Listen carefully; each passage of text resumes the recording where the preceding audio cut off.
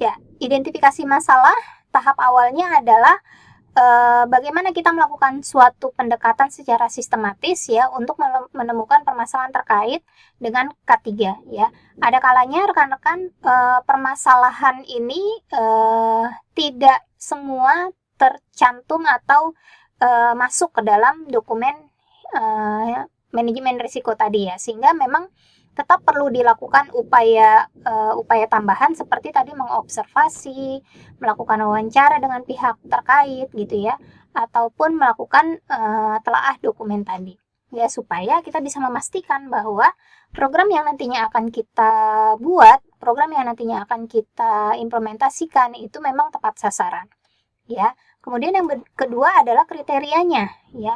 Masalah yang diidentifikasi ini harus relevan dengan program K3 yang memiliki dampak signifikan ya. Kalau nanti programnya tidak sesuai dengan permasalahan yang ditemukan, maka akan jadi sia-sia ya, dan banyak faktor yang perlu dipersiapkan ketika kita menyiapkan sebuah program ya. Sehingga kalau tidak sesuai dengan permasalahan yang memang ada, yang memang perlu diselesaikan gitu ya, jadi sia-sia programnya ya. Kemudian pertimbangkan faktor seperti frekuensi kejadian kecelakaan kerja tadi, atau penyakit akibat kerjanya, atau insiden-insiden lain ya. Kemudian potensi bahayanya seberapa besar dan dampaknya terhadap pekerja. Oke, untuk pengumpulan datanya kita bisa melakukan melalui beberapa cara ya, melalui beberapa metode. Yang pertama adalah observasi langsung ya, kemudian melakukan pengamatan langsung di lapangan untuk melihat bagaimana kondisi kerja yang berisiko. Kemudian melakukan wawancara ya, dengan kita berbincang ya dengan pekerja, dengan supervisor, atau dengan berbagai pihak yang memang terlibat di dalam aktivitas pekerjaan. Kemudian dokumentasi ya, dari bagaimana kita melihat permasalahan berdasarkan data-data yang sudah terkumpul atau yang sudah terdokumentasi di perusahaan.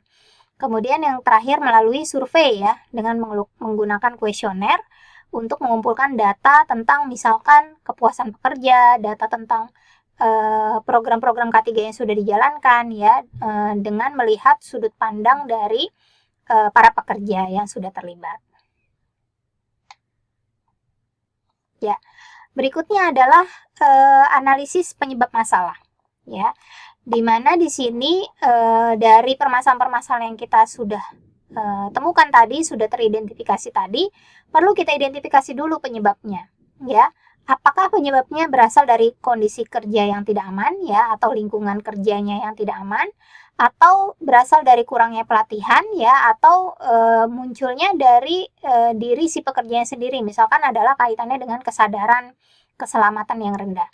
Nah, hal ini memang perlu dievaluasi atau perlu dilihat supaya nanti ketika kita menyusun sebuah program, fokus programnya adalah mengarah kepada penyebab masalah yang sudah teridentifikasi ini ya, sehingga nanti programnya akan tepat sasaran. Apabila analisis penyebab ini tidak dilakukan, maka kemungkinan nanti programnya terlalu luas jangkauannya, atau nanti berdampak pada sasaran yang tidak tepat.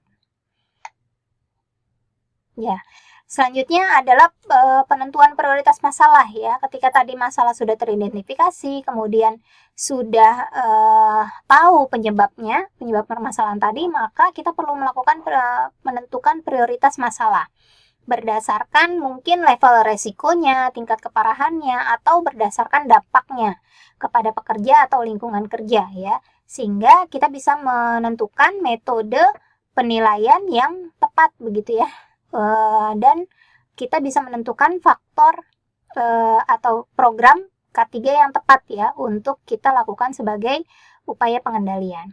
Nah, apa saja faktor yang perlu dipertimbangkan? Di antaranya adalah frekuensi kejadian, kemudian tingkat keparahan, kemudian biaya dampak, dan kepatuhan terhadap perundang-undangan. Berikutnya adalah perumusan solusi ya, di mana dari step-step yang sudah kita bahas tadi perlu dilakukan upaya pengembangan program ya. Kemudian apakah bentuknya nanti dalam bentuk penyediaan peralatan keselamatan, atau kepada kegiatan pelatihan dan edukasi ya, atau kaitannya dengan perbaikan lingkungan kerja ya. Misalkan di sini peningkatan proses melalui prosedur dan lain-lain. Baik, demikian untuk pembahasan terkait dengan metodologi. Selanjutnya nanti di sesi berikutnya kita akan melihat ya bagaimana contoh kasusnya dan implementasi serta strategi pengembangan programnya.